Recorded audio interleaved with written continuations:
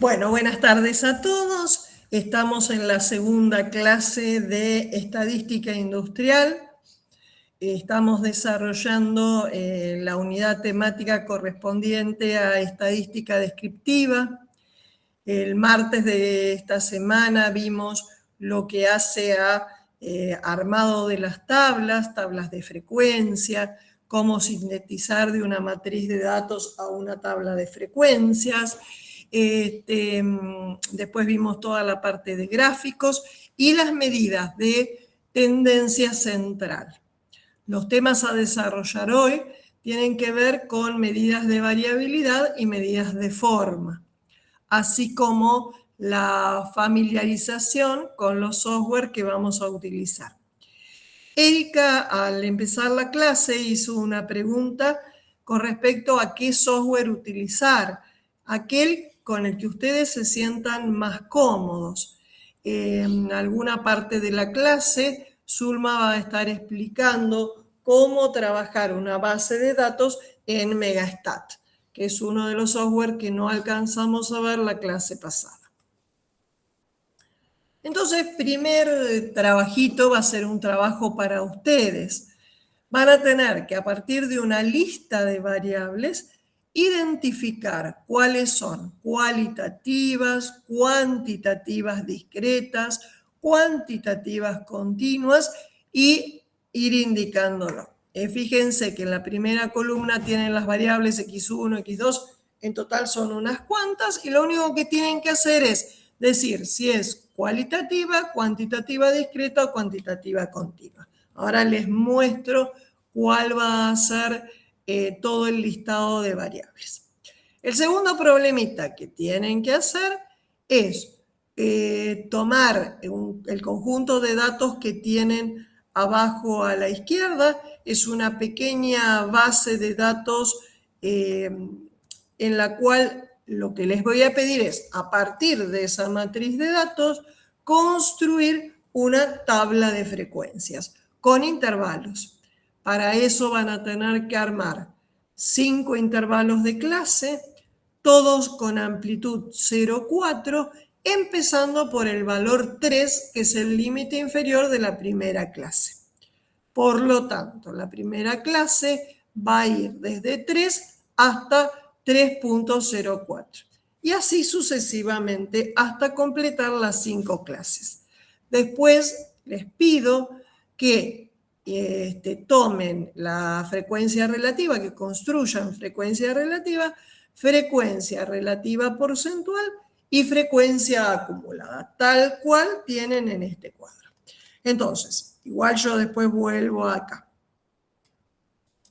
Les pido que trabajen con todas estas variables, que las clasifiquen y en un minutito me cuentan cómo es cada una. Acuérdense que la definición de la variable y su clasificación es el primer paso en cualquier estudio estadístico.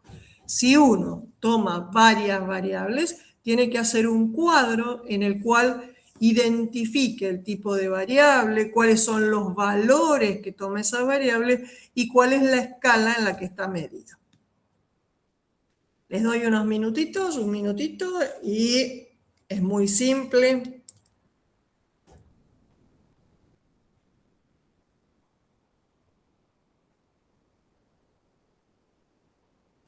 Solamente pensar qué tipo de variable es la que nosotros tenemos involucrada.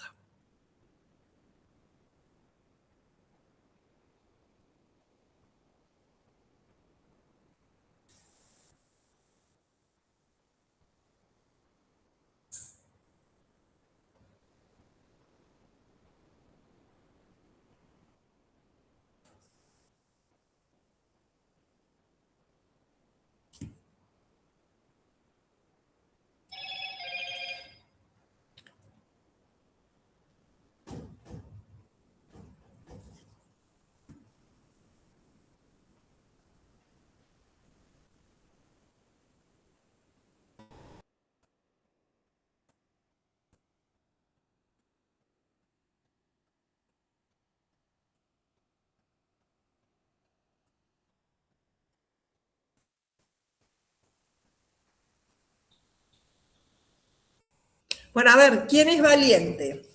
¿Quién me clasifica la variable del sabor en excelente, bueno, regular o malo? Es cualitativa. Cualitativa, perfecto. La segunda también y la tercera también, ¿puede ser? Sí, sí, perfecto, son todas cualitativas. Para que estoy tratando de ver por qué. La 4 también. también. ¿Por qué? ¿Por qué me estás diciendo que son todas quali? Y porque no tiene un valor numérico, no es 1, 2, 3. Y La depende respuesta que me dan es una palabra, ¿no es cierto? Claro. Cuando yo levanto la encuesta, la respuesta es una palabra. La 5. La 5 también. La 5 también. ¿Y la 6? ¿El uso del microondas? También. También. Quiere decir que las 6 primeras son cualitativas. Sí. ¿Están de acuerdo? Sí. Bien. Sí. Bueno, ¿qué me cuentan de las 7? Es una cuantitativa discreta. Cuantitativa. ¿Por qué es discreta y no es continua? Porque es una cantidad en particular. Claro, yo puedo tener un empleado, 2 empleados, no puedo tener 1,5, 1,25, etc. Exactamente, son enteros. ¿Qué pasa en la 8? Lo mismo, Lo cuantitativamente. mismo. La 9 También. también. La 10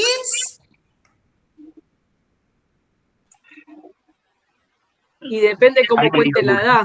la 10 siempre es discutible. En este ejercicio en particular lo vamos a tomar como cuantitativa discreta.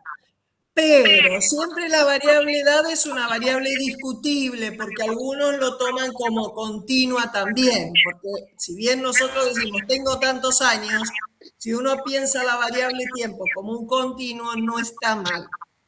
En este caso en particular lo vamos a tomar como cuantitativa discreta, pero si me hubieran puesto cuantitativa continua también se los hubiera aceptado como bien. Bueno, estamos en la edad, en la 10, ¿no? El número de errores en el parcial. Cuantitativa discreta. Discreta. El número de flores de una planta de azalea. Discreta. Discreta. Todas esas 6 son cuantitativas discretas. Bueno, nos vamos a la TS, peso del papel recuperado. Eso es cuantitativa continua. Continua, la variable peso es continua. Sí. Por lo tanto, también es continua la que sigue, la de peso del paquete listo para ser enviado. ¿Qué pasa con la 15? También. También. Cuantitativa continua. ¿El tiempo para armar un rompecabezas? Esa es discreta. Continua. La variable peso, rendimiento, tiempo, son variables continuas. ¿Está bien? La vida útil de la lámpara También es continua. también es continua. Y volumen también es continua. ¿Está bien? Entonces tenemos de las 18, 6, 6 y 6. Vamos a ver si es cierto. Epa, se me fue. Otro lado. Ahí está. Ahí las tienen. Tal cual me dijeron ustedes. Bueno, vuelvo al problemita que tienen que hacer solos. Por lo menos armar la tabla solos. Entonces, tienen esos 24 valores, los tienen que armar, los tienen que ordenar para armar una tabla de frecuencias con intervalos, siendo el límite inferior del primer intervalo el valor 3. Entonces, el primer intervalo va de 3 a 3,4. El segundo va de 3,4 a 3,8. Y así sucesivamente hasta armar los 5 intervalos. Después cuenten cuántos valores caen en cada intervalo y eso les va a dar las frecuencias absolutas. A partir de ahí, calculen las relativas porcentuales y las frecuencias acumuladas. Bueno, tienen eso para divertirse y me cuentan. Recién cuando lo tengan pensado pasamos a corregirlo.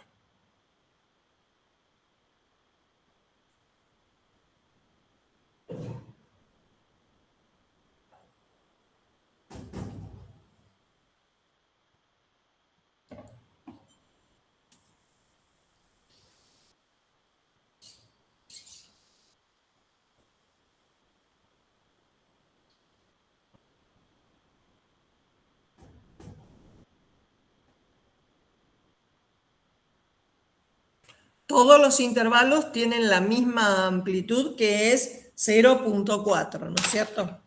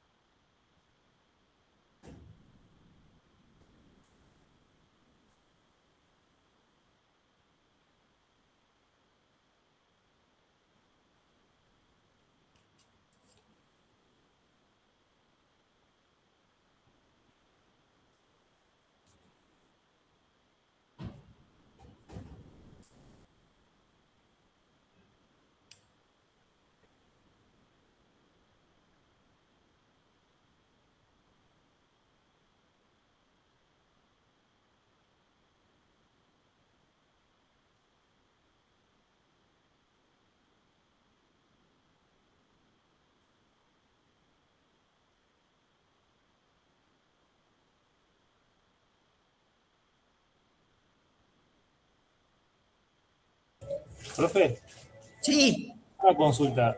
Cuando yo hago, por ejemplo, el primer intervalo, como ejemplo, ¿no? 3,0, 3,4. sí. Cuando estoy pensando en la frecuencia, el 3,4 puntual, ¿lo tomo en, en ese intervalo o en el segundo intervalo? En el segundo intervalo, porque son intervalos semiabiertos, Ok, cerrados a la izquierda y abiertos a la derecha. Así que ok, 3,4 lo tenés que contar en el segundo. ok, genial.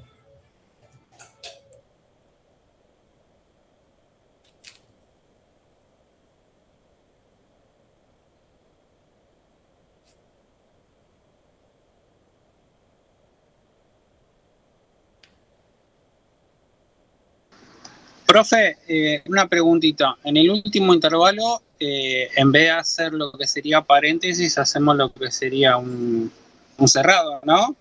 Claro, sí.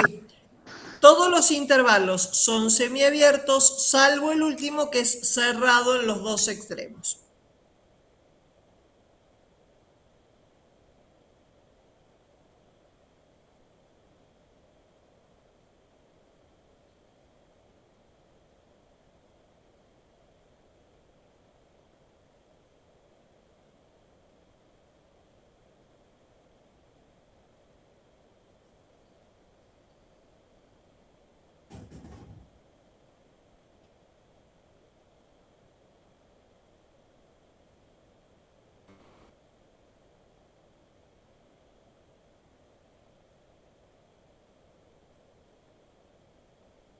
Avísenme cuando tienen algo armadito, ¿eh? Yo estoy acá.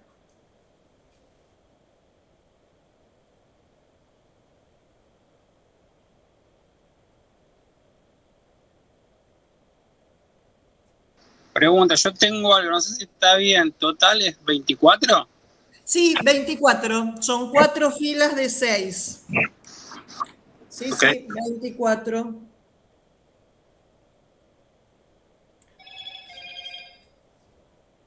Para la frecuencia relativa, se acuerdan que tenían que dividir cada valor de frecuencia por el total.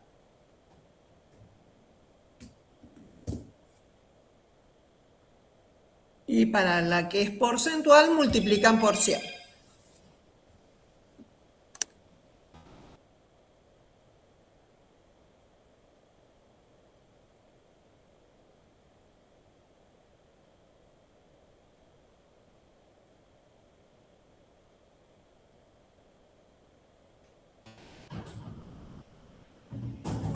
Los software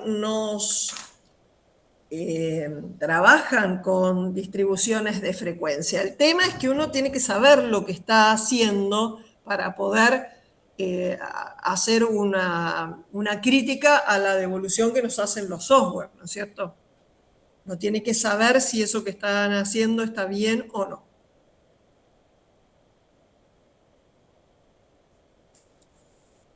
Lo mismo pasa cuando uno trabaja con las IA. Realmente tiene muchos errores, sobre todo cuando nos citan bibliografía.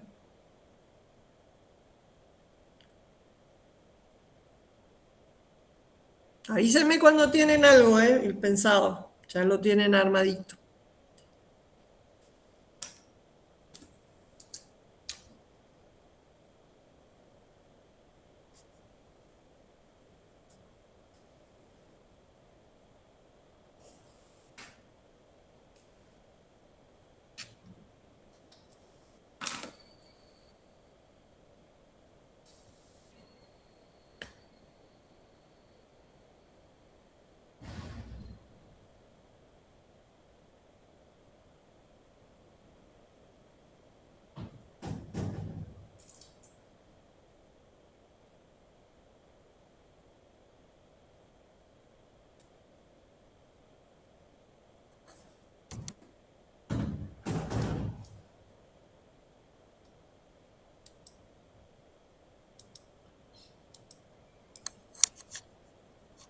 Bueno, fíjense, vamos a chequear primero si los conteos están bien.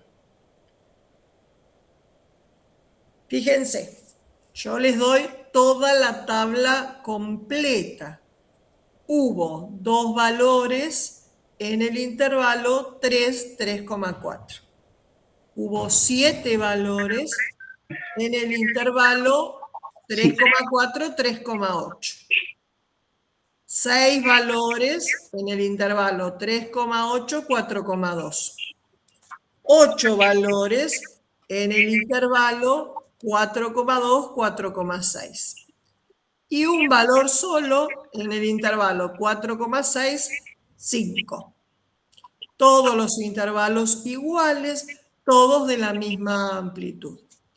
La suma de todas las frecuencias absolutas me da 24. ¿Bien hasta acá? Sí. ¿Era lo que les dio o le había dado una cuenta mal? Bueno. No, Termina. Bueno, después la frecuencia relativa es dividir cada valor de variable cada valor de frecuencia 24. dividido 24. Fíjense que en esta tabla además se agrega una columna, no se los pedía, una columna que sean las marcas de clase. ¿Para qué las marcas de clase? Porque si el problema siguiese y yo preguntara, por ejemplo, algo con respecto a la media aritmética, entonces tendría que estar trabajando con esas marcas de clase. Las frecuencias relativas las multiplicamos por 100 y me da las frecuencias relativas porcentuales o lo que habitualmente ponemos en la tabla como porcentaje y las frecuencias acumuladas. La primera es 2, la segunda es 2 más 7, 9, la tercera es 2 más 7 más 6, me da 15, la que le sigue es la suma de estas 4, que me da 23, y la última es la suma de todas, que me da 24. ¿Llegaron a esta tabla de esta manera?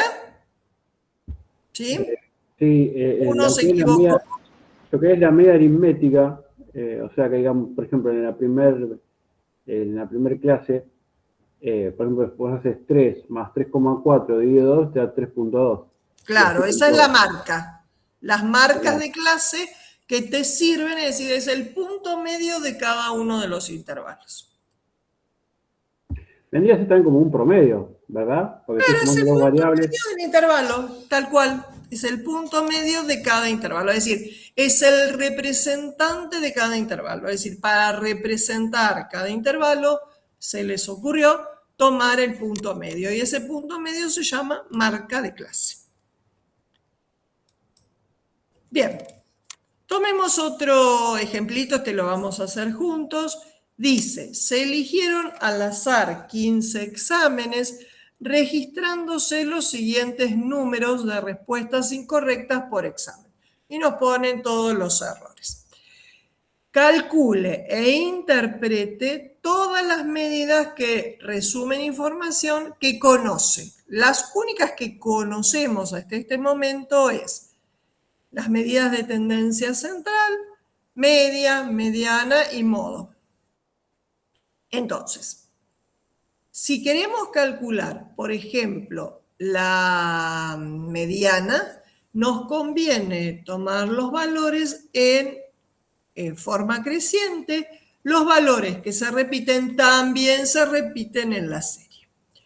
Fíjense que antes de calcular las medidas, se define la variable claramente para que cualquiera que lo lea lo pueda interpretar.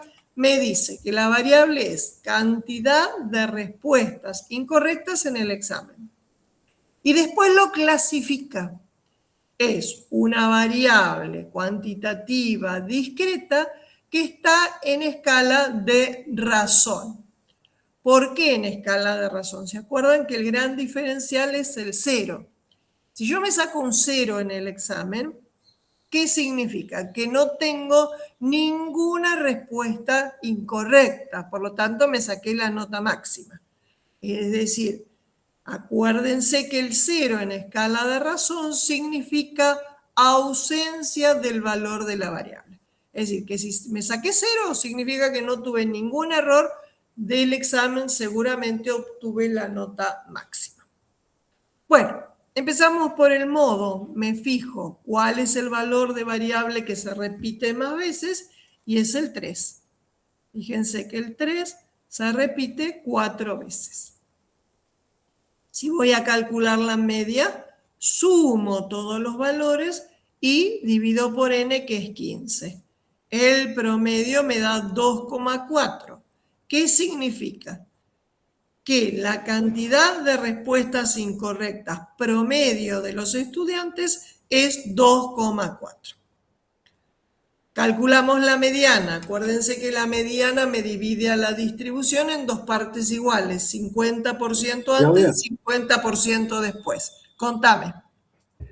Consulta, porque pensando un poco con el tema de la media, ¿no? Porque yo debería, para poder tomar la media a ese factor de la variable, multiplicarlo por la frecuencia, porque de alguna u otra manera los que tuvieron mayor cantidad de respuestas incorrectas están tirándome el promedio hacia arriba. El tema es que acá tenés una serie simple. No está transformado en una serie de frecuencias. Lo que sí es cierto es que tenés mayor cantidad de respuestas, fíjate, mayor cantidad de exámenes incorrectos en la parte superior. Por eso te llevó el promedio para arriba. Si vos esto lo armaras como una distribución de frecuencias, verías que la mayor cantidad de exámenes está para las respuestas, es decir, la mayor cantidad de exámenes tiene mayor cantidad de errores. Fíjate que el modo es 3. ¿Está bien? Sí. Y lo ves en la mediana. La mediana la calculas haciendo n más 1 sobre 2. 15 más 1, 16, dividido 2 es 8. La mediana está en 2. Quiere decir que el 50% de los exámenes tiene 2 respuestas incorrectas, pero el 50% restante tiene más de 2 respuestas incorrectas.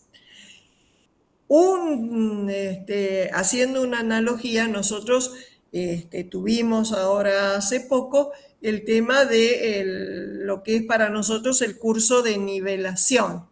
Para poder aprobar el curso de nivelación, le pedimos que tenga 3 problemas bien resueltos. Entonces, un trabajo de este tipo se podría perfectamente focalizar si estamos analizando las respuestas de ese examen de ingreso. Y pasa un poco lo que pasa acá, ¿no es cierto? En ese caso son los ejercicios correctamente resueltos, en este problema son los errores que fuimos detectando. Bueno, nosotros vimos la clase pasada el tema de trabajar en Excel, pero no vimos en detalle cómo activarlo. Hay un pequeño archivito que tienen con los pasos para poder activarlo, pero lo vamos a ver acá. Entonces, ¿dónde vamos? Vamos a opciones de Excel. En opciones de Excel buscamos dónde está complementos. ¿Está bien?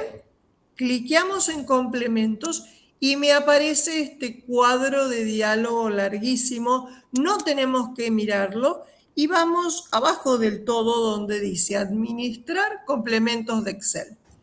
Y fíjense que dice ir. Al cliquear el ir, lo que tenemos que tildar es herramientas para análisis. Si ustedes, como les va a contar Zulma, hubieran bajado el Megastat, también lo tildan acá y les va a aparecer en la solapita datos del Excel. Entonces, de esta manera lo activan. Todos tenemos Excel, lo que no tenemos habitualmente es activado. Bueno, entonces, una vez que está activado, a mí me aparece acá a la derecha en la solapa datos. Entonces yo cliqueo en la solapa datos y me aparece análisis de datos acá a la derecha. Si yo tuviese descargado el Megastat, también me aparece ahí a la derecha. Entonces, supongamos que yo tengo esta serie, que la copié, acuérdense que para poder trabajar lo tengo que copiar en columna. Si tengo el nombre de la variable en Excel va en la primera fila. Me voy a estadísticas descriptivas, análisis de datos, estadísticas descriptivas. Me aparece este cuadro de diálogo. En rango de entrada le tengo que decir que mis datos están en la primera columna desde A2 hasta 13, lo pinto y automáticamente me queda alojado. Tengo que decirle que mis datos están en columna. Si tengo el título de la variable, tengo que tildar donde dice rótulos en la primera fila. Le digo si lo quiero en la misma página o en una hoja nueva. Y tengo que tildar resumen de estadísticas. Y fíjense que me da automáticamente todas las respuestas que yo fui encontrando haciendo en forma manual. Si tomo la variable, respuestas incorrectas en los 15 exámenes que estuve evaluando. Entonces tengo la media que nos había dado 2,4, la mediana que nos había dado 2, el modo que nos dio 3. Obviamente que si lo hacemos a mano o lo estamos haciendo con el software, me tiene que dar lo mismo. Después tenemos la desviación estándar, que vamos a aprender ahora qué es, la varianza, la kurtosis, la asimetría, el rango, que es la diferencia entre el mínimo valor y el máximo, el mínimo, el máximo, cuántos suman en total y cuántos exámenes estuve yo evaluando. ¿Cuál es el gráfico correcto para este tipo de distribución? Es un diagrama de barras. ¿Dónde? ¿Por qué? Porque es una variable cuantitativa, discreta, con pocos valores. Entonces, tiene sentido, no tiene sentido en este caso, que son poquitos valores, hacer un histograma. ¿Por qué? Porque son pocos valores, todos parecidos desde 0 hasta 6, no es que tenga valores intermedios. Entonces, el gráfico correcto es hacer un diagrama de barras. En los rótulos de la primera fila indicamos la cantidad de respuestas incorrectas y en el eje vertical nos va a aparecer la frecuencia absoluta simple, que no es otra cosa que las alturas de cada una de estas barras. Bueno, otro problema. La siguiente serie en intervalos de clase corresponden a la vida en años de 40 baterías de auto de una marca. Las baterías se garantizan por 3 años. Entonces me dice, calcule e interprete el modo, la mediana y la media de los datos. Entonces empezamos por el modo porque es lo más fácil. ¿Qué era el modo? Es el valor de la variable con mayor frecuencia. Como ya me lo dan en una serie de frecuencias, a la cual le agregaron una columna que sean las marcas de clase, directamente nos fijamos cuál es la frecuencia absoluta mayor, en este caso es 15, y el modo es la marca de clase que le corresponde. El intervalo desde 3 hasta 3,5 se llama intervalo modal. Profe, ¿le paso una pregunta? Lo que quieras. Bueno, si tenemos dos intervalos y tienen el mismo valor, por ejemplo, no sé, de 3,5 a 4, tiene 15 también. Sí, entonces ahí tenés una distribución bimodal. Es como si tuvieras 2 picos en la distribución y es una distribución con 2 modos. ¿Ahí qué hacemos? ¿Una unión de intervalos? No. Me decís es una distribución bimodal, donde Ok. uno de los modos es 3,5, 3,25 y el otro modo es 3,75, por ejemplo. Es una distribución con 2 modos. Buenísimo. Bueno, después vamos a trabajar con la mediana. La mediana es el valor de variable no superado por el 50% de las observaciones. Como estamos trabajando con una distribución con intervalos, no lo puedo hacer directamente en Excel, ni en Minitab, ni en Megastat, porque no tengo la serie simple. Entonces, el único camino posible es haciéndolo con la fórmula que vimos la clase pasada. Entonces, primero a mi hermosa tabla le tengo que agregar una columna más.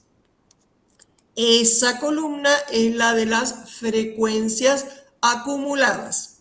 Hay un problema dentro del trabajo práctico 1 que van a tener que hacerlo tal cual estamos haciendo acá, con fórmulas. ¿Por qué? Porque no son series simples. Entonces, si no es serie simple, tengo que usar la fórmula. Entonces, calculo las frecuencias acumuladas, las agrego en esta columna y recién ahí estoy en condiciones de ubicar dónde va a estar la mediana. Para eso busco n sobre 2 y busco cuál es la primera frecuencia acumulada que supera a n sobre 2.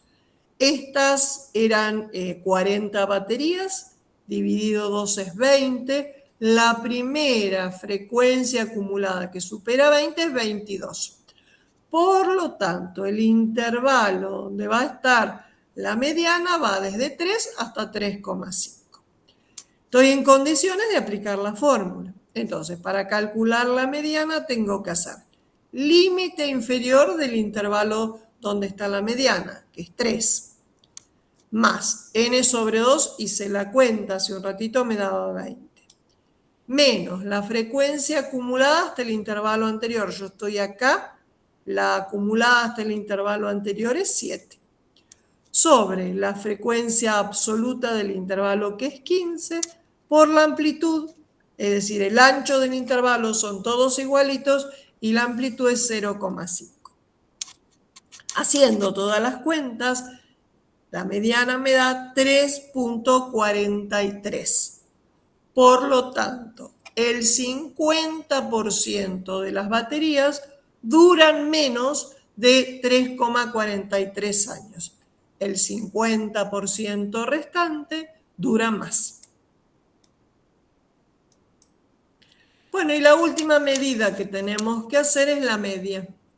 Entonces, a nuestra hermosa tabla le agregamos una columna más que sean las marcas de clase por las frecuencias. Sumo todos esos productos, me da 138,5 y lo divido por 40. Por lo tanto, la vida promedio de las baterías de esta marca duran 3,46 años.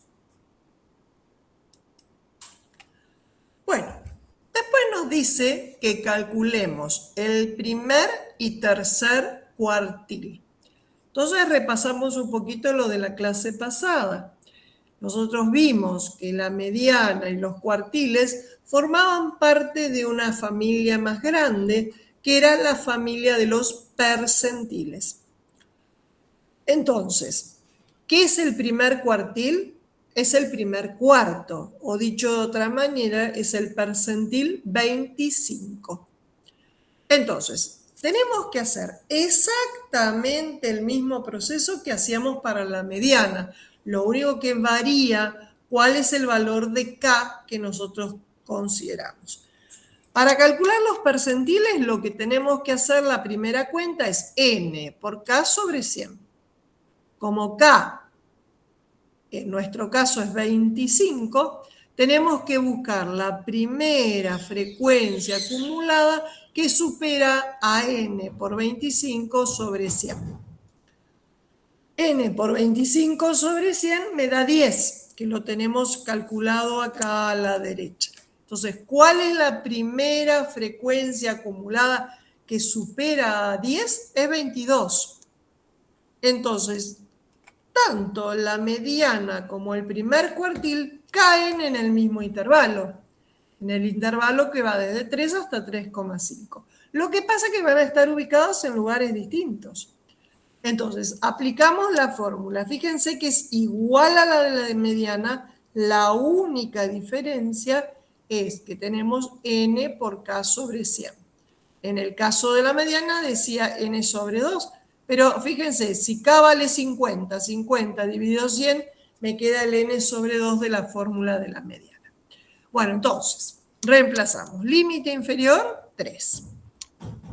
N por K sobre 100, está la cuenta hecha acá al lado, vale 10. Menos la frecuencia acumulada hasta el intervalo anterior, que es 7. Sobre la frecuencia absoluta del intervalo, que es 15, por la amplitud, que es 0,5. Todo eso me da 3,1. Quiere decir que el 25% de las baterías dura menos de 3,1 años. Y el 75% restante dura más. ¿Alguna duda hasta acá? No. No. Entonces, como me entendieron divino, quiero que hagan solos el tercer cuartil. Es igual que esto, lo único que el valor de K es 75.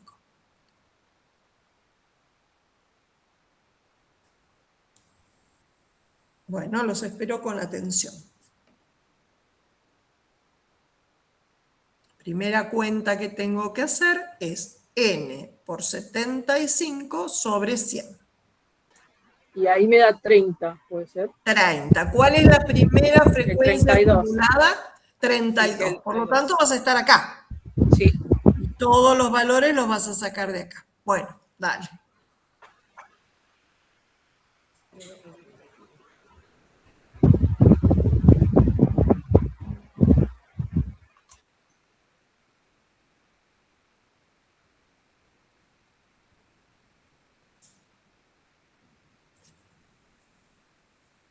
Le soplo un poco. A ver.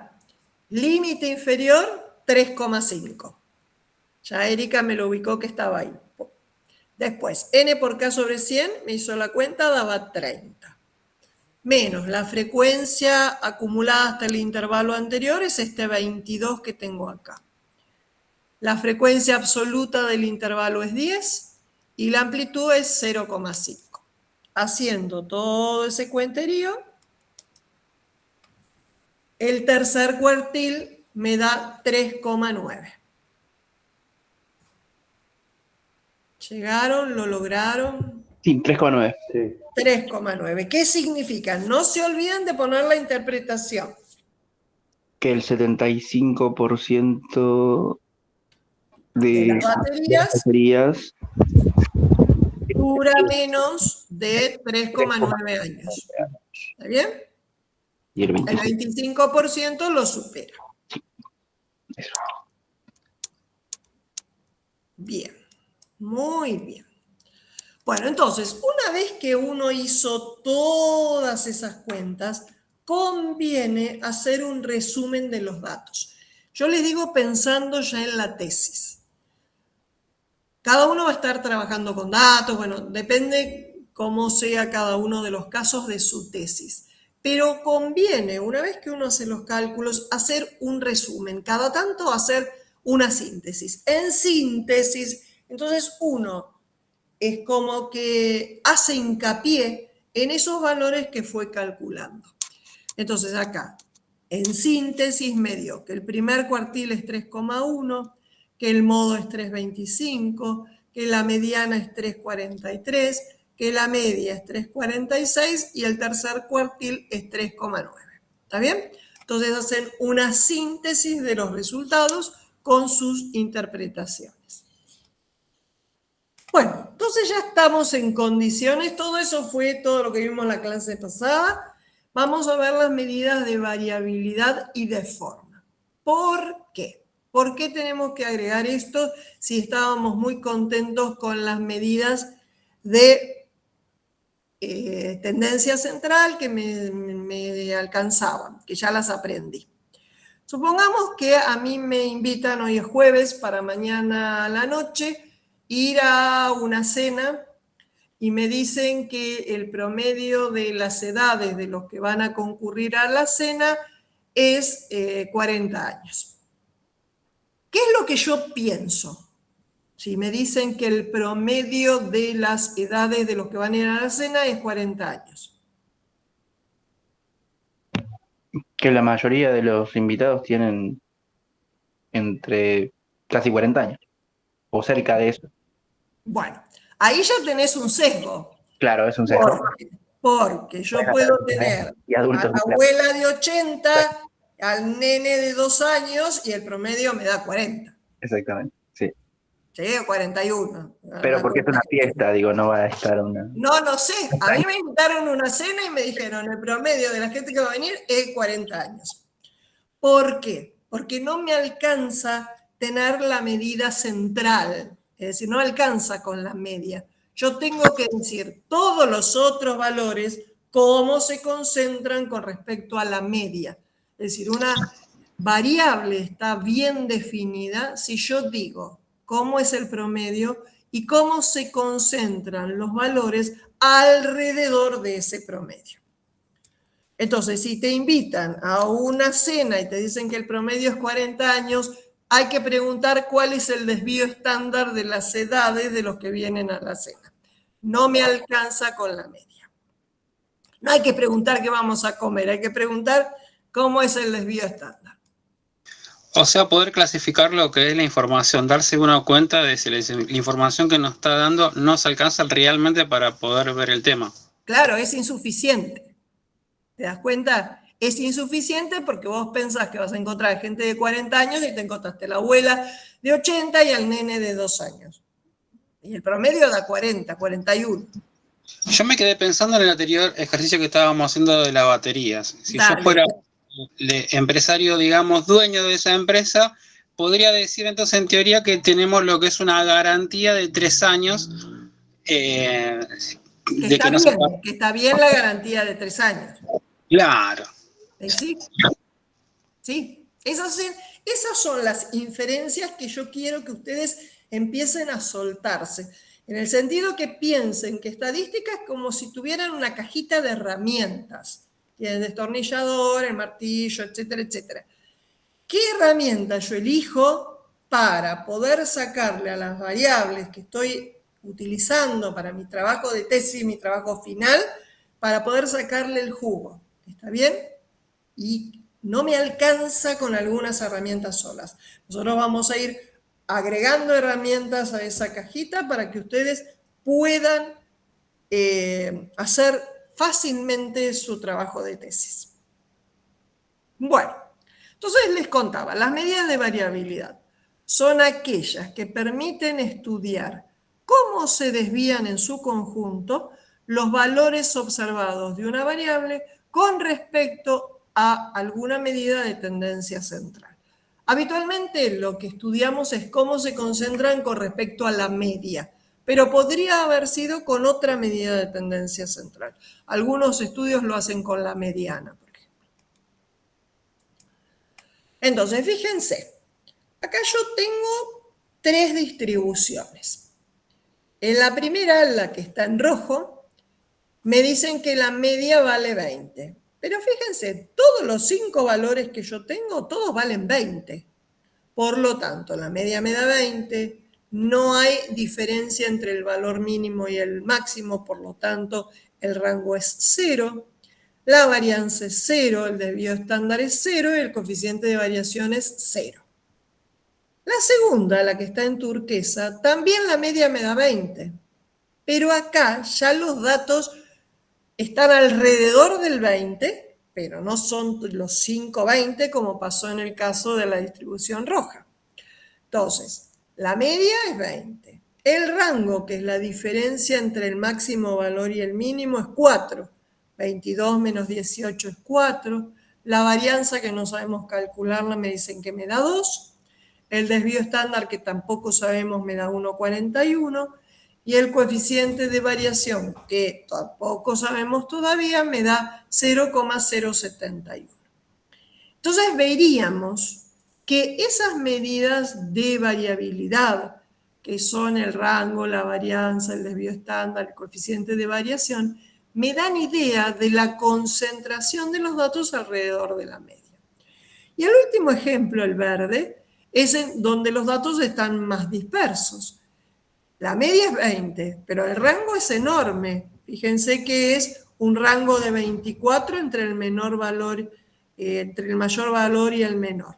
La varianza creció muchísimo, es 83,2, el desvío estándar 9,12 y el coeficiente de variación 0,456. Entonces, estas 4 medidas, que son medidas de variabilidad, me están hablando de eso. Cómo se concentran los valores alrededor del valor promedio. Entonces, como les dice acá, la media no me alcanza para representar los datos. Entonces vamos a las definiciones. Ahora intuimos de qué se trataba, vamos a las definiciones. El rango, como les dije, es la diferencia entre el valor mayor y el valor menor. Es la medida de dispersión más fácil de calcular. Los valores extremos influyen mucho en el rango y no es suficiente para describir la variabilidad de los datos. Si yo me remonto un poquito a la clase pasada, nosotros en algún lado vimos los boxplot. Los gráficos de caja tomaban 5 medidas. Valor mínimo, valor máximo, primer cuartil, tercer cuartil y mediana.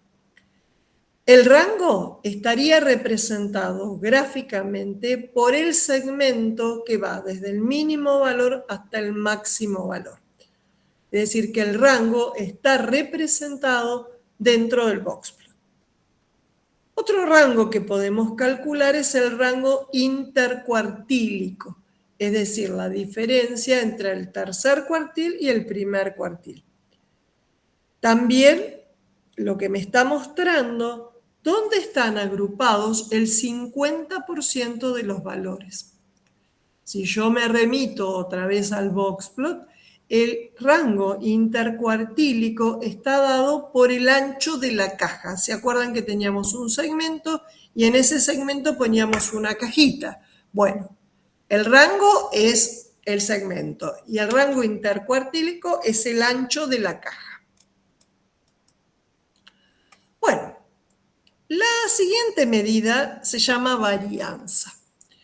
Si ustedes se acuerdan, la primera propiedad de media aritmética me decía que los desvíos con respecto a la media, si los sumamos, siempre me dan 0.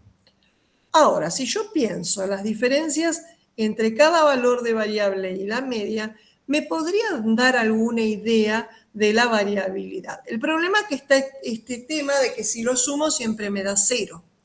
Entonces, ¿qué se les ocurrió? Se les ocurrió que para evitar esa compensación de signos, lo elevaran al cuadrado. Entonces, lo que se hizo es, los desvíos con respecto a la media se elevan al cuadrado para evitar la compensación de signos, se los suma y se los divide por n. Eso es lo que se llama varianza. La definición es, la varianza de una variable es el promedio aritmético del cuadrado de los desvíos que se producen entre cada valor de variable y la media aritmética. Ese cuadrado que aparece es justamente para evitar la compensación de los signos. Otra forma de hacerlo hubiera sido tomar valor absoluto, pero si ustedes se acuerdan cómo es trabajar con valor absoluto, tiene unos cuantos inconvenientes algebraicos. Entonces es más fácil algebraicamente elevar al cuadrado. Y es lo que se les ocurrió. Y a esa fórmula es lo que se llama varianza. Para no estar haciendo a mano o con un software el tema de los desvíos elevados al cuadrado, este binomio se desarrolla y me queda una fórmula de trabajo. Entonces la varianza es la suma de los xy cuadrados sobre n menos la media al cuadrado. Si los datos están agrupados en la misma fórmula, donde cada una de estas diferencias al cuadrado se multiplican por la frecuencia, se suman y se dividen por n. La pregunta del millón es, ¿lo voy a tener que hacer a mano? No, lo vamos a estar haciendo directamente con las planillas de cálculo o con los softwares.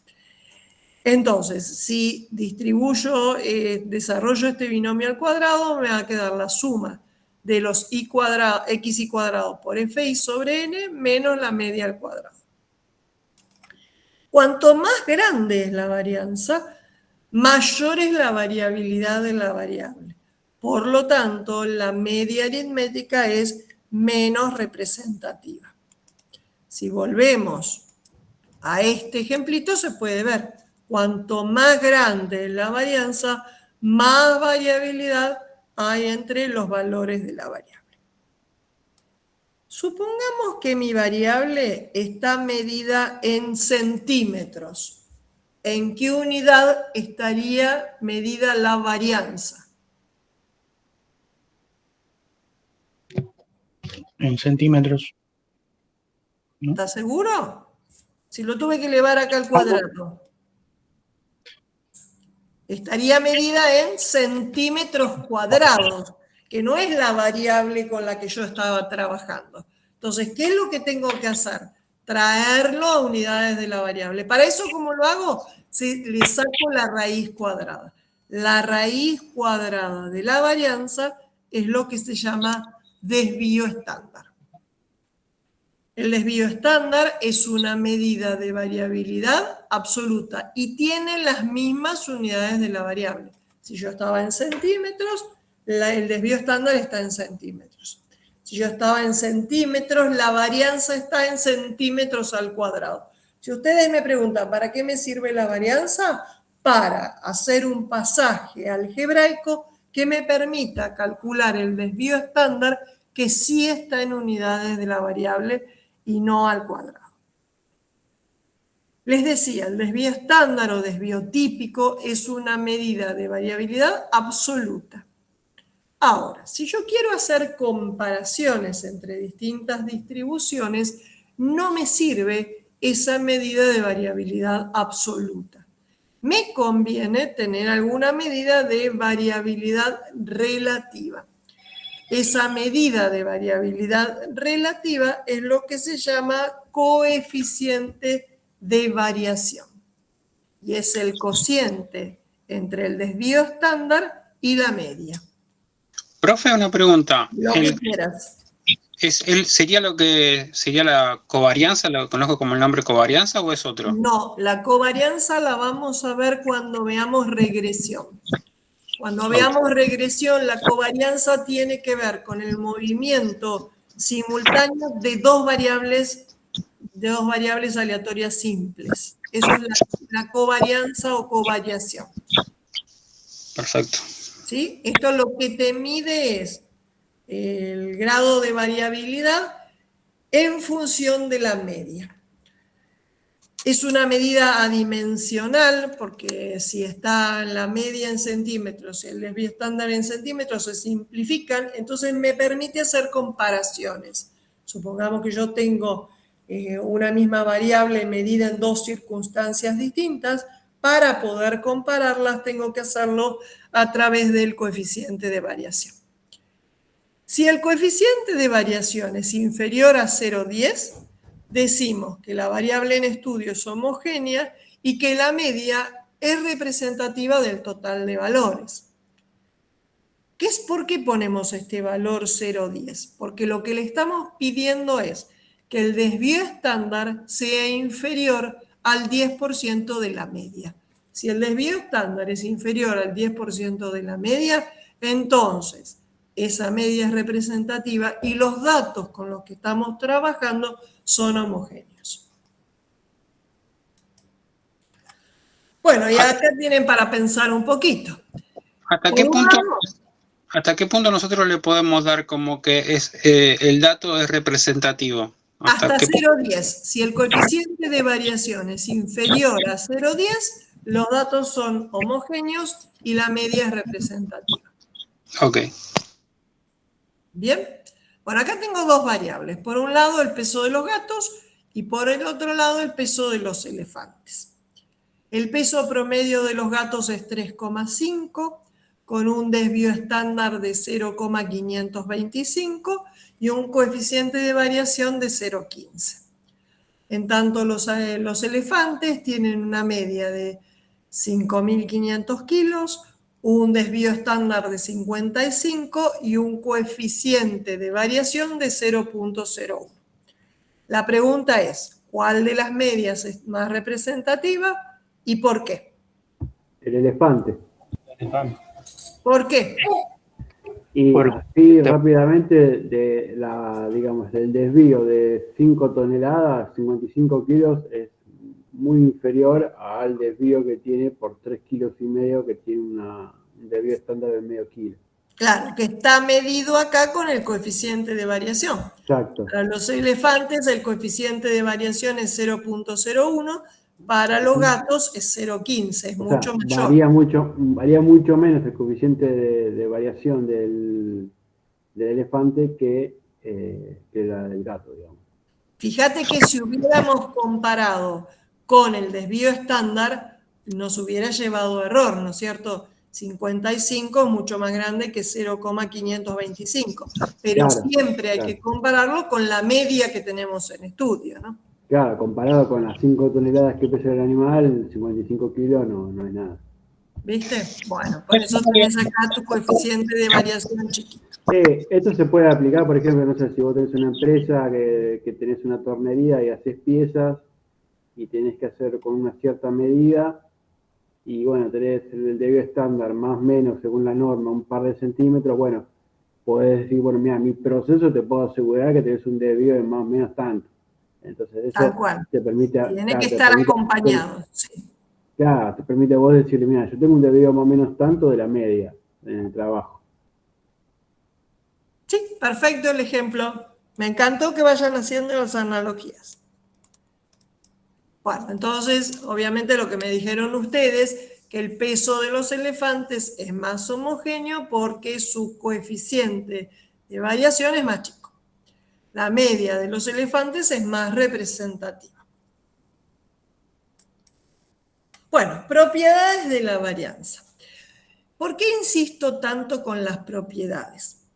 Primero porque yo vengo de matemática, entonces siempre hay algún sesgo matemático y Zulma, además de ser ingeniera industrial, es profesora de matemática. Así que un sesgo para el lado de la matemática tenemos. Pero el tema es que las propiedades nos ayudan a interpretar mejor las cosas. Por ejemplo, si no hubiéramos visto esa propiedad de la media que decía que la suma de los desvíos siempre me daba 0, no hubiéramos entendido por qué en la varianza se eleva al cuadrado. Hubiéramos dicho, pero a esto se les ocurrió el cuadrado para complicarnos la vida. Entonces, primero, la varianza es un número real no negativo. por su definición, es suma de cuadrados. Entonces, nunca, nunca, nunca la varianza puede ser negativa. A lo sumo es 0. Como pasó en la distribución esa de los puntitos rojos, que eran todos los valores iguales, por lo tanto la varianza valía 0. Si mi variable siempre toma el mismo valor, es decir, un valor constante, entonces la varianza de la variable es 0, que es la distribución de los puntitos rojos. Si yo armo una distribución de forma tal que sea otra variable sumándole o restándole una constante, lo único que estoy haciendo es, con mi distribución, correrla en el plano para un lado o para el otro. Por lo tanto, la varianza de la variable original, es decir, la variable y, es lo mismo que la varianza de la variable x, la que surge de sumar o restar una constante. ¿Por qué? Porque lo único que hice es correrla en el eje. En cambio, si yo a una variable la multiplico por una constante, ahí tengo un proceso de expansión o de retracción. Por lo tanto, cuando calculo la varianza, esa constante sale como factor común al cuadrado. Entonces, si sumo o resto una constante, no hay variación en la varianza. Pero si multiplico por una constante, esa modifica la varianza y se puede sacar como factor común al cuadrado. Bueno, después tenemos que ver las medidas de forma. Para eso tenemos que calcular lo que se llama el coeficiente de asimetría. La que está central es una distribución simétrica. Si eso ocurre, la media, la mediana y el modo caen en las proximidades, en un entorno de ese valor máximo. En cambio, si yo tengo asimetría a la izquierda, significa que la cola de la distribución se va para la izquierda. Entonces, el modo o moda está en el máximo. La media, por el problemita este que tiene de estar arrastrada por los valores extremos, se la lleva la cola izquierda. Y la mediana está más o menos a 1/3 del segmento entre la media y el modo. Más o menos, esto no es exacto, es empírico. Más o menos, si está ubicado de esta manera, entonces tengo una distribución asimétrica a izquierda. Lo mismo pasa si la cola de la distribución se les va para la derecha. Entonces tengo el modo en el valor máximo, la media se la lleva a la cola y la mediana 1/3 de la media en el segmento que va de la moda a la media. Si eso ocurre, tengo una asimetría hacia la derecha. Ahora, como siempre, hay que calcularlo. Bueno, ¿cómo se calcula? Con esta fórmula espantosa que yo les prometo que no van a tener que hacer. Entonces, el coeficiente de asimetría se calcula como el momento centrado de orden 3 sobre el desvío al cubo. El momento centrado de orden 3 no es otra cosa que los desvíos elevados al cubo por la frecuencia sumados dividido n. Y en el denominador tenemos el desvío estándar al cubo. Si toda esta cuenta me da 0, entonces la distribución es simétrica. Si toda esta cuenta me da positiva, entonces la distribución es asimétrica a derecha. Y si toda esa cuenta me da negativa, entonces la distribución es asimétrica a izquierda. Por supuesto que hay un límite de tolerancia. Si ese coeficiente de asimetría es inferior a 0,05, puedo decir que es bastante simétrica. Si es mayor, ya digo que no, que es asimétrica. La otra medida que tenemos que evaluar es la kurtosis. Si ustedes me preguntan qué es la kurtosis, es la altura de la distribución. ¿Comparada con qué? con la distribución normal. Entonces, lo que nosotros estamos viendo es si mi distribución tiene la altura de la normal, si es más alta o si es más petiza. Entonces, ¿cómo se calcula? El momento centrado de orden 4 sobre el desvío estándar a la cuarta menos 3. El momento centrado de orden 4 no es otra cosa que los desvíos elevados a la cuarta por la frecuencia absoluta sumados dividido n sobre el desvío a la cuarta, menos 3. ¿Por qué? Porque la altura de la normal vale 3. Entonces, si toda esta cuenta me da 0, entonces digo que la distribución es mesocúrtica. ¿Mesocúrtica qué significa? Que tiene la altura de la normal. Si es mayor que 0, entonces es más alta que la normal, se llama leptocúrtica. Y si es más petiza que la normal, se llama platicúrtica y el coeficiente de curtosis da negativo. Entonces acá tienen 3 ejemplos. Fíjense, mesocúrtica tiene la misma altura que la normal, el coeficiente me da 0. Si es más alta que la normal, fíjense que no solo es más alta, sino que los datos están más concentrados alrededor de la media, entonces el coeficiente de curtosis es positivo. Y si me da más petiza que la normal, más aplanada, el coeficiente de curtosis es negativo. Bueno, entonces volvemos al ejemplo de las baterías y me piden calcular todas las medidas de variabilidad. Entonces tengo que calcular la varianza, el desvío estándar, el coeficiente de variación. Bien, la media aritmética ya la tenía de alguna diapositiva por ahí anterior.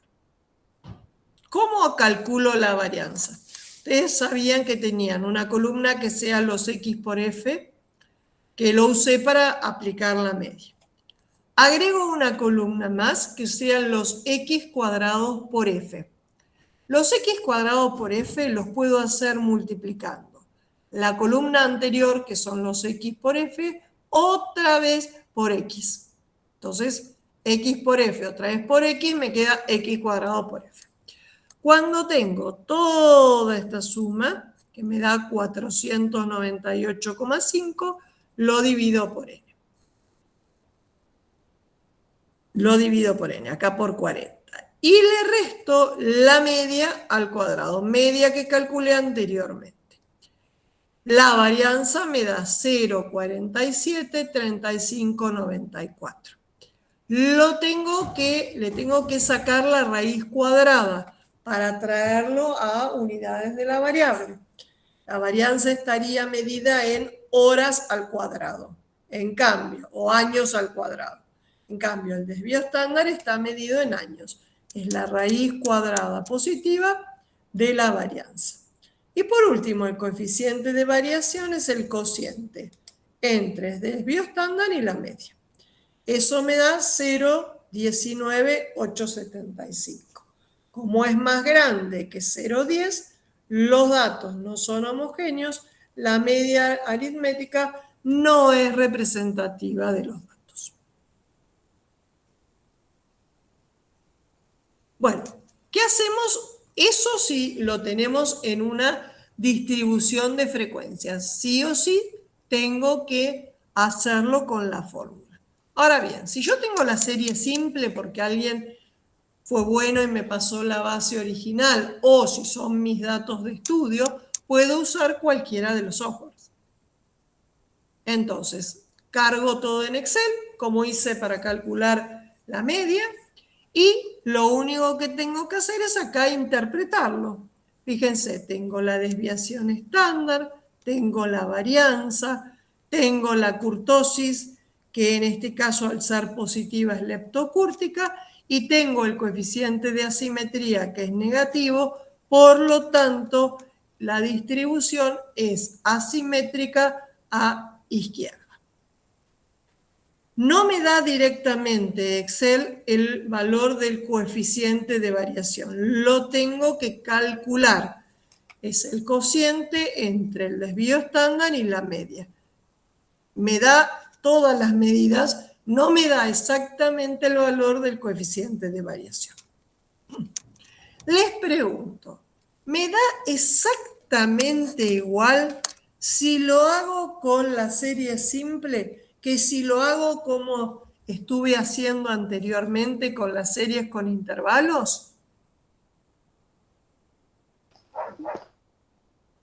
En teoría no. En teoría no, porque la serie simple es más exacta. Yo tengo ahí la base de datos.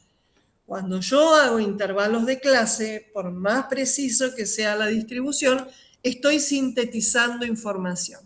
Esa síntesis de información hace que pierda, es decir, las conclusiones van a ser lo mismo, pero pierdo en cierto grado el grado de exactitud, ¿no es cierto? Un intervalo de clase lo que hace es sintetizar información dentro de ese intervalo.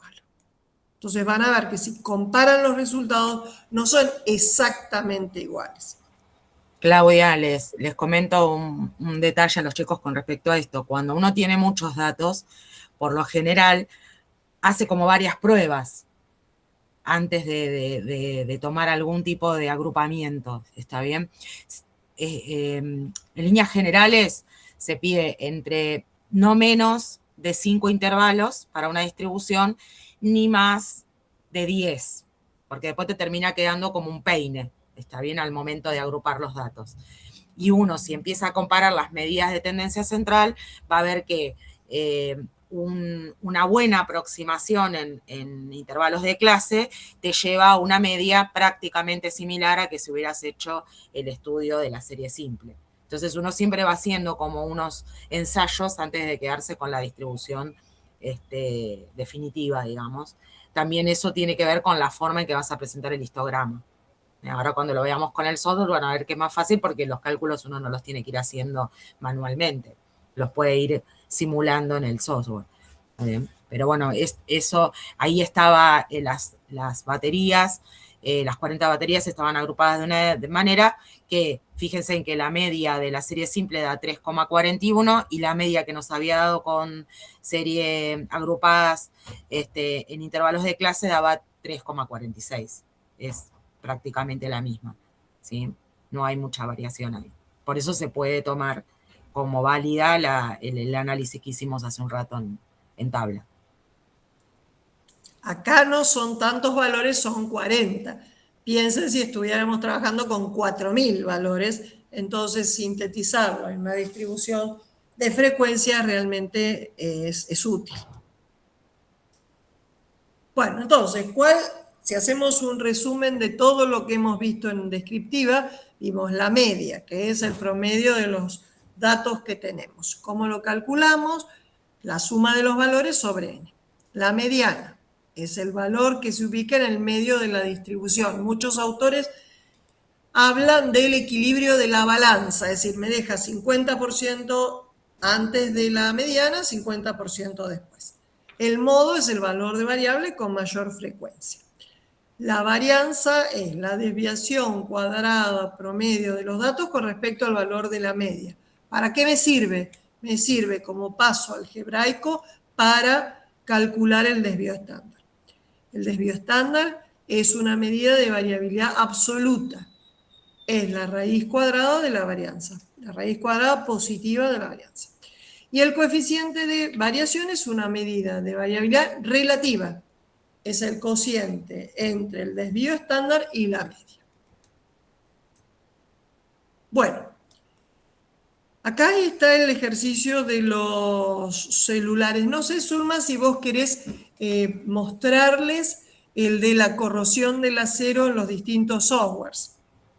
Dale. Este acá está resuelto. Este está resuelto, lo pueden ver después. Lo pueden ver todo en detalle. Si no estamos yendo y volviendo, me interesaría. Bueno, está mostrado cómo hacer en Minitab, pero me interesa que se los muestre Zulma. Entonces, en resumen, vimos las medidas de tendencia central, las medidas de variabilidad y las medidas de forma. Recorrimos todo lo que podíamos hacer en estadística descriptiva.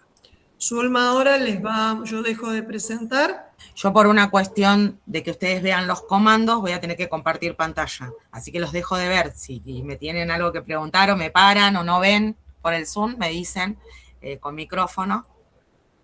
Porque tengo Yo te aviso si no. Dale. Tengo que compartir toda la pantalla.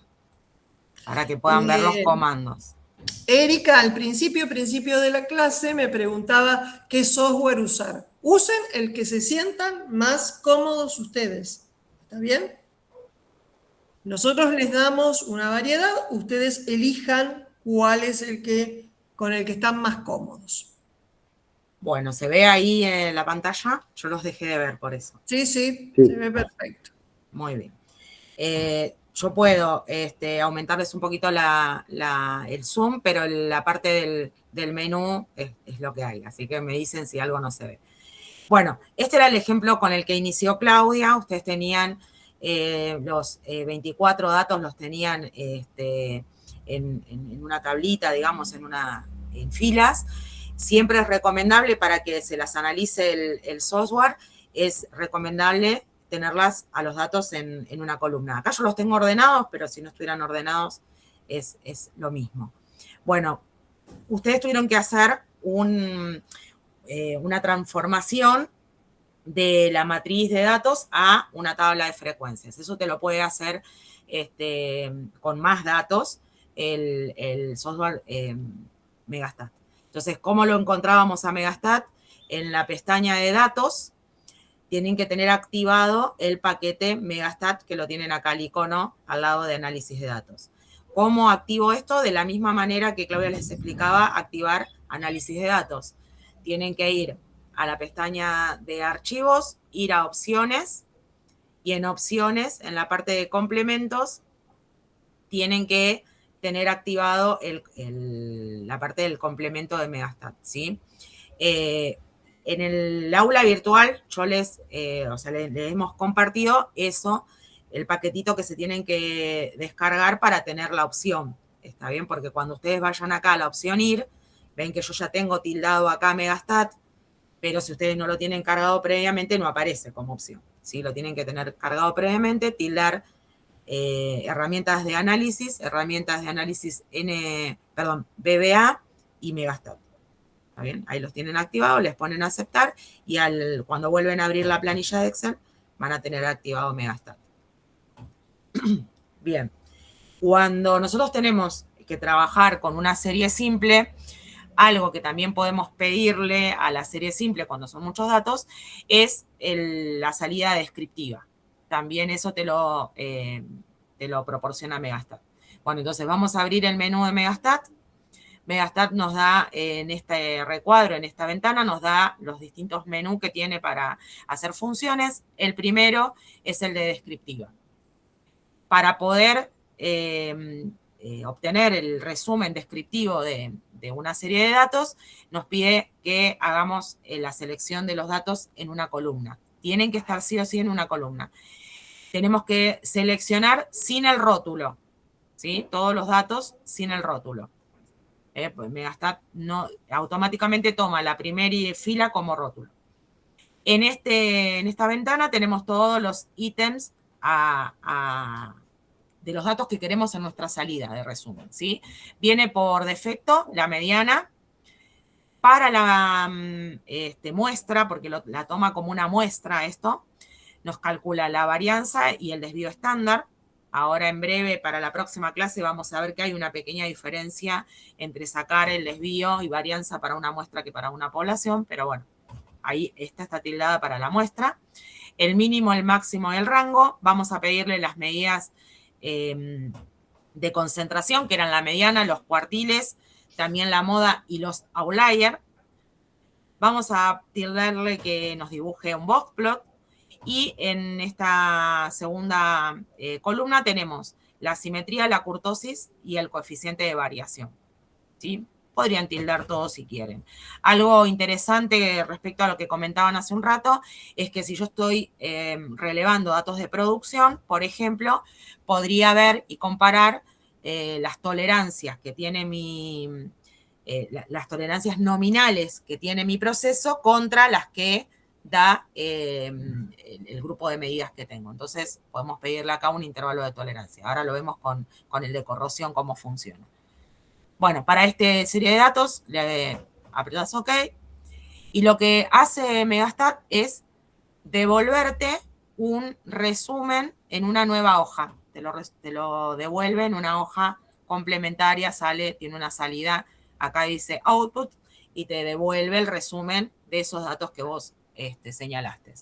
Te dice cuántos datos contó, la media, el desvío estándar, la varianza de la muestra, estos son datos muestrales, te dice el mínimo, el máximo, el rango, te da acá las medidas de forma, o sea, la simetría que estos datos tienen una simetría positiva, tiene una kurtosis negativa, o sea, es más bajita que lo que se esperaría en una normal, y te da, cosa que no te daba análisis de datos, te da el coeficiente de variación. En este caso, el coeficiente de variación es casi el 11%, o sea, 0,11. Estaríamos ahí en el bordecito de decir que estos datos son bastante homogéneos. ¿Sí? Si lo tuviese que comparar con otra muestra, quizás el coeficiente de variación es el más informativo. Después, nos da las medidas de primer cuartil, la mediana, que sería el segundo cuartil, acumulando el 50%, el tercer cuartil, el rango intercuartílico. ¿Qué es el rango intercuartílico? La diferencia que hay entre el primer y el tercer cuartil. Me dice la moda, o sea, el valor que se repite en esta serie, y acá esta información me dice que no tiene outlier, no tiene valores atípicos. ¿Está bien? Y como habíamos tildado que nos mostrara el boxplot tiene el inicio del bigote de la izquierda, nos marca, si nos paramos sobre la serie, nos dice que el primer valor, el menor de los valores, es 3,2, el mayor valor de la serie es 4,8, pero la forma de leer el boxplot es que entre 3,2 y esta primer segmento de la caja, que representa la medida del cuartil, ¿sí? El primer cuartil era 3,575, el 25% de mis datos están entre 3,2 y 3,575.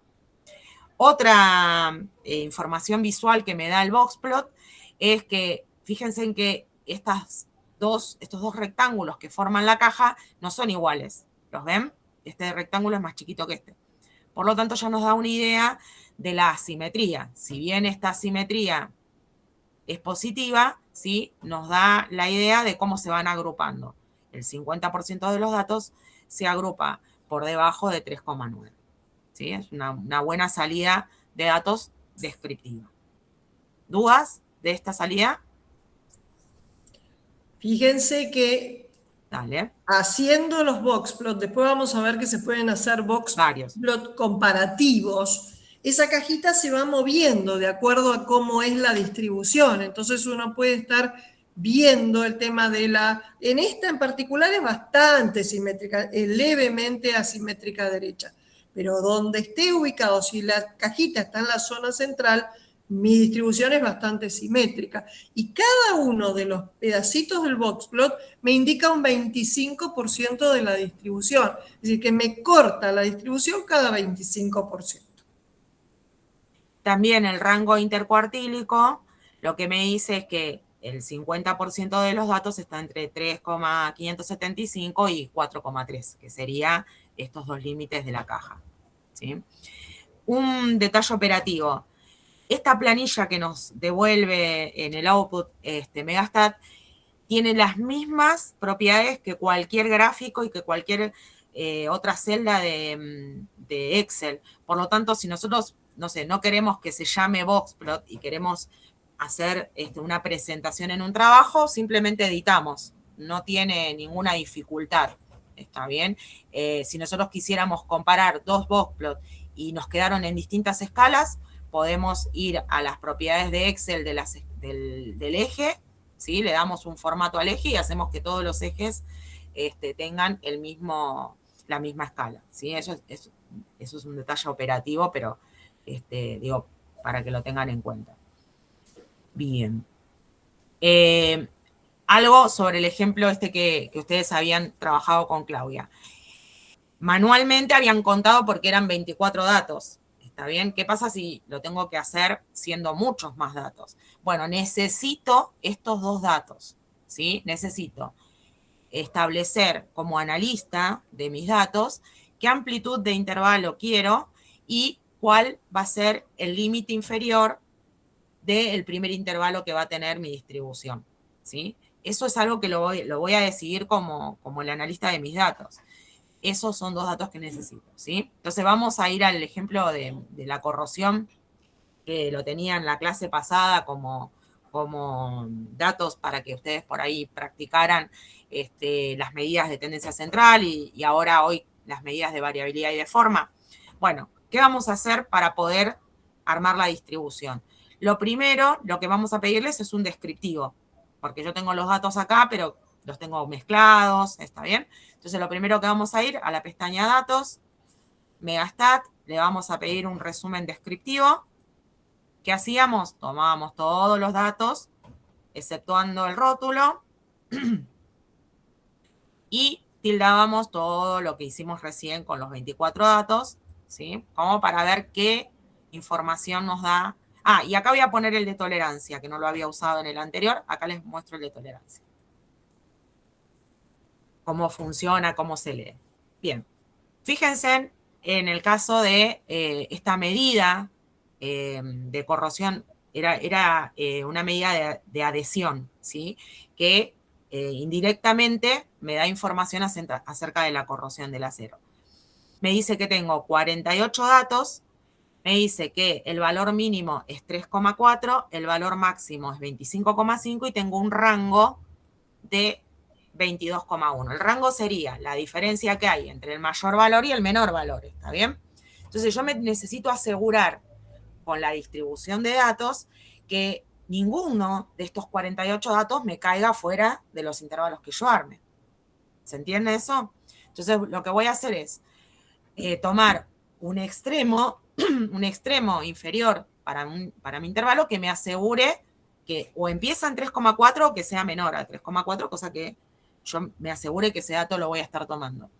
Y que el extremo superior del último intervalo me incluye el 25,5.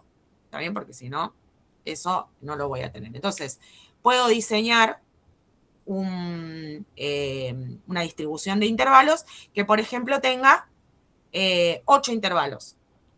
¿Está bien? Podría ser una distribución de 8 intervalos. ¿Cuánto tendría que medir cada uno de esos intervalos? Pienso, tengo que cubrir un rango de 22. Podría tener un rango cubierto de 24, me aseguro de tenerlos a todos, y que empiece en 3, y de esa manera más 24 me alcanza a llegar a cubrir 25,5, ¿sí? Ese sería el razonamiento que hacemos. Antes que me vaya a la distribución, les comento un poquito esto.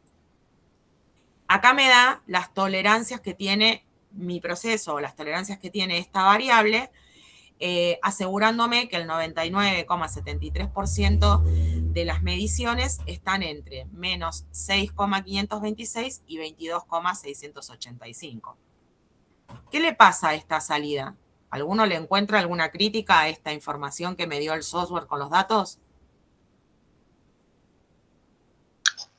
Puede ser que se haya ido a lo que es a un extremo porque tenés dos datos que están por fuera de lo que es el rango que vos manejás. Claro, acá tengo estos datos, hicieron que la media no me quedara lo más representativa posible. Es más, fíjate el coeficiente de variación que tengo. ¿Qué es ese coeficiente de variación? 60,26, o sea, 0,6, ¿sí? Es lejísimos, estos datos son muy alejados de la media, ¿está bien?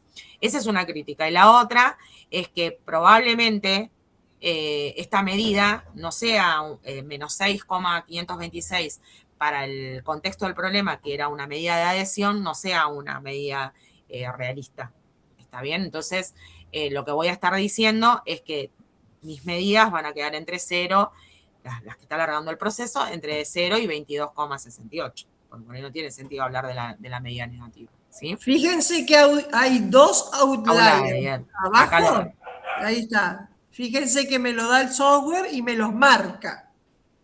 Eso es distorsivo, por eso aumenta tanto el coeficiente de variación, me distorsiona la serie. ¿Lo observan? Como analista de los datos, quizás antes de meterme en un análisis descriptivo, podría ir a la trazabilidad de los datos y fijarme qué pasó con esos dos datos, ¿sí? Si es fundamental que los tenga en cuenta o si puedo omitirlos, eso va a ser una decisión técnica, ¿está bien? A veces puede ser un error de medición, un error del instrumento, ¿está bien? Entonces puedo sacarlos del grupo de datos o no, ¿sí? Eso ténganlo en cuenta. Es una decisión previa a hacer el análisis. Bien, vamos entonces a ir a nuestro ejemplo, perdón, que es el de corrosión, y le vamos a pedir que nos devuelva la tabla de frecuencias. Fíjense que hay una opción que dice tabla de frecuencias. Me pregunta si la tabla de frecuencias es para una variable cuantitativa o si es para una variable cualitativa. ¿Qué opinan ustedes? ¿Esta variable que quiero analizar, de qué tipo es? Cuantitativa. Cuantitativa, ¿está bien? Es importante tenerlo claro porque si fuera cualitativa necesito tener previamente cargado, después vamos a ver en la próxima clase un ejemplo, tengo que tener previamente cargadas las categorías, ¿sí? Porque las cualitativas las pone por categorías. Bien, vamos por una cuanti. Le vamos a cargar los datos en el output para que pueda trabajar. Una vez que los tenés cargados, acá te pregunta qué característica querés que tenga tu distribución. Si no le pones nada, por default, Megastat lo va a hacer como le parezca. ¿Está bien? Lo voy a hacer así con ustedes, ¿sí? Lo voy a hacer así con ustedes, así sin datos, y después vamos a ver con los que habíamos pensado. Entonces, si yo no le completo nada acá y le pongo OK,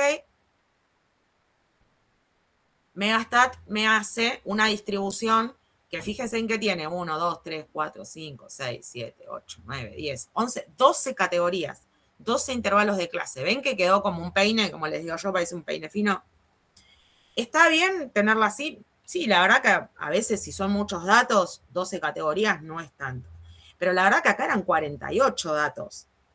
Es medio mucho 12 categorías, ¿me entienden? Hay que ser coherente con eso. Entonces, lo que vamos a hacer es pedirle una distribución que agrupe más los datos. Podría ser, yo les propuse en 8, podría ser en 6 o en 7 categorías, ¿está bien?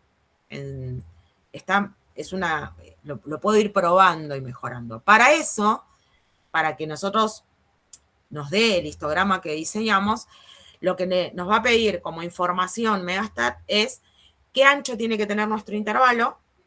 ¿Está bien? Por ejemplo, si queríamos cubrir un rango de 22,5, tendría que ser o de 22,5, un poquito más grande.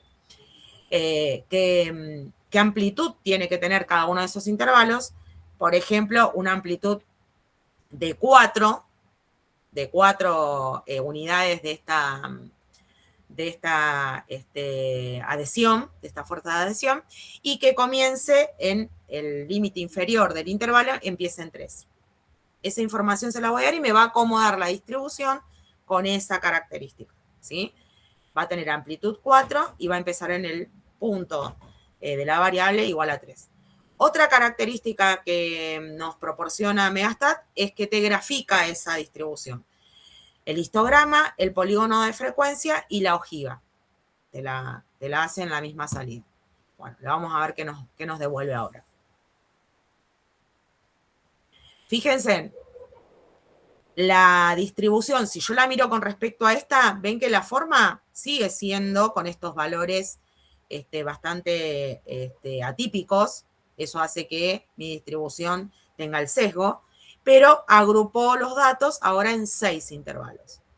¿Está bien? En 6 intervalos que van del 3 al 7, del 7 al 11, del 11 al 15. Acá nosotros habíamos puesto que la amplitud era de 4 y acá me devuelve, ¿alguno se da cuenta qué es esto? ¿Qué es este dato que está acá? Que me devuelve la salida de Megastat. ¿Se acuerdan de las características que les dijo Claudia en la tabla de frecuencias? ¿La media aritmética? No, la media aritmética no te da la marca de clase. El punto La medio marca de cada de clase. intervalo. Sí. El punto medio de cada intervalo te da. Como el primer intervalo iba de 3 a 7, el punto marca de clase es 5. Acá me da la amplitud, que la habíamos fijado de 4. Y acá me cuenta la frecuencia absoluta. Esta sería cuántos datos tengo en cada una de estas clases. Acá me devuelve la frecuencia relativa porcentual, ¿sí? O sea, estas 26 observaciones son el 54,2% de todos mis datos. Y en estas dos columnas que tengo acá, me devuelve lo acumulado. O sea, si nosotros observáramos medidas entre 3 y 11, tengo 37 datos. ¿Por qué? Porque me junto los 26 de acá y los 11 de acá. Ven que te hace la devolución de la tabla bastante completa, por lo menos en cuestiones de frecuencia. Fíjense que en los 3 primeros intervalos ya tenemos acumulado el 91,7% de los datos. Quiere decir que todos los que sean superiores a esos 3 primeros intervalos es lo que me lleva a la cola hacia... ¿Está bien? Es lo que me Todas esas presenta el sesgo. conclusiones es lo que nosotros queremos. Estamos buscando eso, que le saquen el jugo a las variables. Acá tenemos el histograma y acá tenemos, cuando nosotros hablemos de asimetría y de kurtosis, en realidad lo que estamos haciendo es pensar nuestro histograma como un modelo teórico lo más parecido en lo posible a una normal. Bueno, evidentemente esta distribución es bastante asimétrica, ¿sí? Y con el polígono de frecuencia es posible analizar el área bajo la curva equivalente a este histograma. ¿Bien? Un detalle, acá los gráficos que devuelve Megastat te los representa a partir de la frecuencia porcentual. Esto es interesante porque si yo estoy analizando varias muestras o varias variables, puedo compararlas. En cambio, si estuviera con frecuencias absolutas, que era lo que les decía Claudia, ahí es más difícil comparar. Entonces, esto te lo devuelve con porcentajes. Bueno, tenemos el polígono de frecuencia y la ojiva. Entonces, ¿qué es la ojiva? La ojiva lo que me va diciendo es, a medida que yo voy tomando datos que estén entre 0 y 7, entre 0 y 11, ¿qué porcentaje de datos están acumulados en esas distintas categorías? Como les comentaba Claudia, entre 3 y 19, de medida de la fuerza de adhesión, tengo el 91, teníamos acá, el 95,8%. ¿Sí? Entre 3 y 19 tengo el 95,8%. ¿Sí? Es un gráfico de frecuencias acumuladas. Entonces, fíjense en que en estas dos herramientas que proporciona Megastat, nos devuelve no solo la tabla de frecuencias, nos devuelve 3 gráficos que si los sumamos al del boxplot,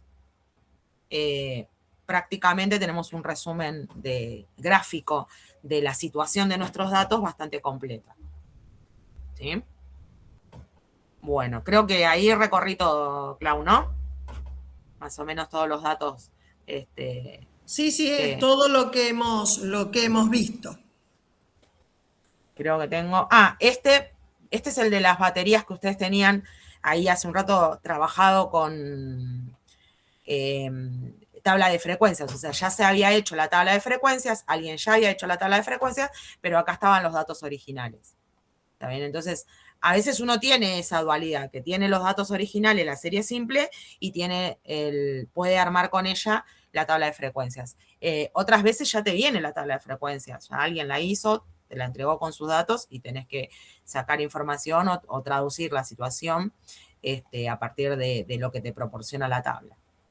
Bien, bueno, espero que les haya interesado, que por ahí chusmeen un poquito cómo funciona, ¿sí? Esta herramienta. Se pega como un complemento en Excel y solo tiene un detalle, digamos, que es que el sistema operativo tiene que interpretar las cifras decimales las tiene que interpretar con punto y no con coma. Pero todo eso lo tienen explicadito en el instructivo que les colgamos en el aula virtual. El que lo quiera utilizar.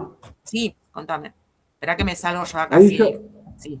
¿Querés de algo de acá? Sí, decime. No, puedes cerrarlo, sí. Más que nada, y capaz que le sirve al resto de los compañeros. Yo ahí intenté descargarme el archivito de Megastab, que dice, bueno, Megastab, Installer 2007, bla, bla.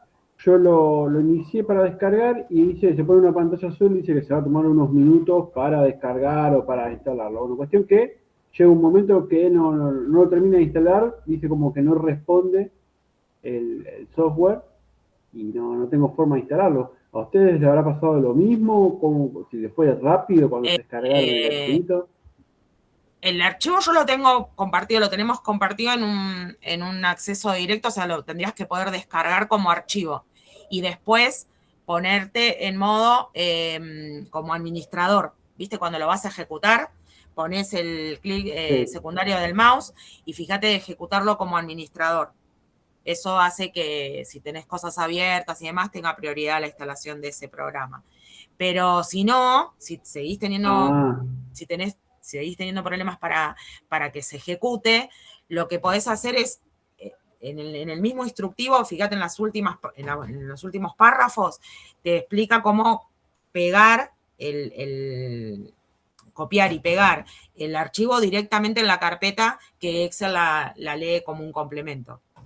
Si ves que se te complica ejecutarlo. Sí. Claro. Voy a intentar hacerlo. Lo que pasa es que también es cierto que yo tengo abierto, bueno, el chat acá, tengo abierto la página de la Facu y bueno, quizás como hay tantas páginas abiertas, por eso no lo hace. Claro, capaz que tiene que ver con eso, pero cualquier cosa me escribís y les puedo compartir en el aula. Nos escriben ahí en el foro de consulta, viste que no funcionó, y les ponemos algunos videos que hay. Googleá cómo instalar Megastat y hay un... sí, seguramente sí. El tema es que eso me llamó la atención y bueno, capaz que a ustedes le había pasado lo mismo cuando lo instalaron, no sé. Pero bueno, a mí me parece que debe venir por eso, porque tengo muchas pestañas abiertas y capaz que no es por eso. Sí, a veces le tenés que dar como administrador, que se ejecute, viste, el archivo como administrador, de manera que se concentre en hacer eso. No sé si Claudia va a indicarles algo más, pero tengo unas dudas. Tengo unas dudas con algunos. Damián, Marcela y John, que los vi conectados. No sé si todavía están conectados. Sí. Estamos acá.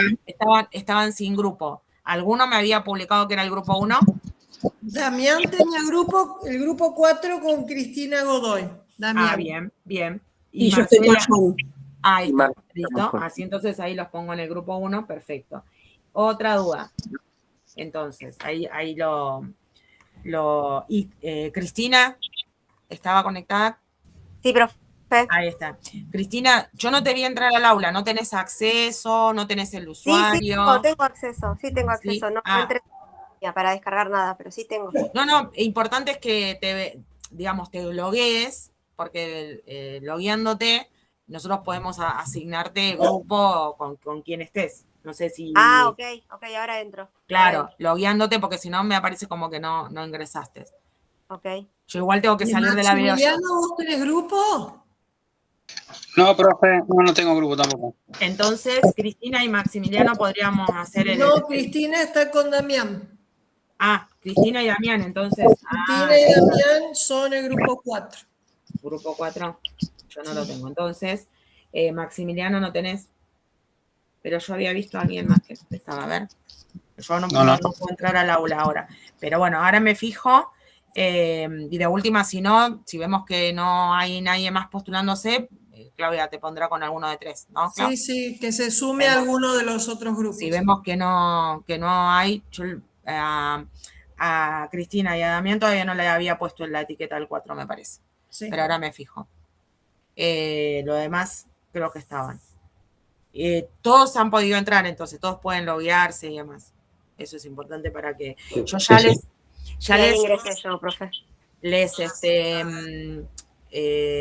ya hice que cada foro estuviese asociado al grupo. Por lo tanto, cuando Claudia diga que puedan trabajar, dentro de los grupos, que son foritos, solamente están haciendo intervención las 2 personas que trabajan, ¿está bien? Así que no tengan ningún inconveniente en subir archivos o dejar los avances del trabajo, ¿sí? Zulma, una consulta. Yo estoy en grupo con Camila Barreira. Ella me comentó que quiso entrar a anotar y no le, o sea, estaba como bloqueada la página, no podía tener acceso. Y yo entré y lo dejé en un comentario. No sé qué número de grupos seríamos al final, porque bueno, Claudia dijo que 4 era otro.